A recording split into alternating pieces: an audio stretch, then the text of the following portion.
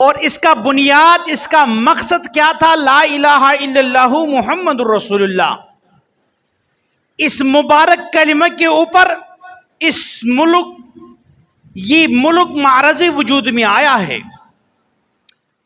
آج کل ہم بھی کہتے ہیں کہ پاکستان کا مطلب کیا؟ لا الہ الا اللہ.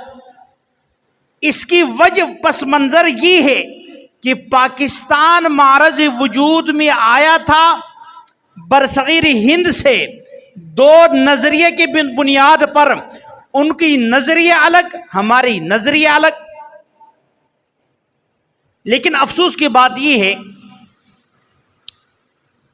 جس مقصد کے لیے قربانی دی تھی کہ ہم اس ملک کے اندر اسلامی نفاذ قائم کریں گے، اسلامی احکام نافذ ہوں گے، ہماری عدالتوں میں قرآن اور حدیث کے مطابق فیصلے ہوں گے، ہماری کچہریوں میں قرآن اور حدیث کے مطابق فیصلے ہوں گے، ہماری عدالتوں میں عدل اور انصاف ہوگا، ہمارے کچہریوں میں تھانوں میں عدل اور انصاف کی بات ہوگی، مظلوم کی داد رسی ہوگی، ظالم کو روکا جائے گا. انہی بنیاد پر یہ ملک پاکستان معرض وجود میں آیا.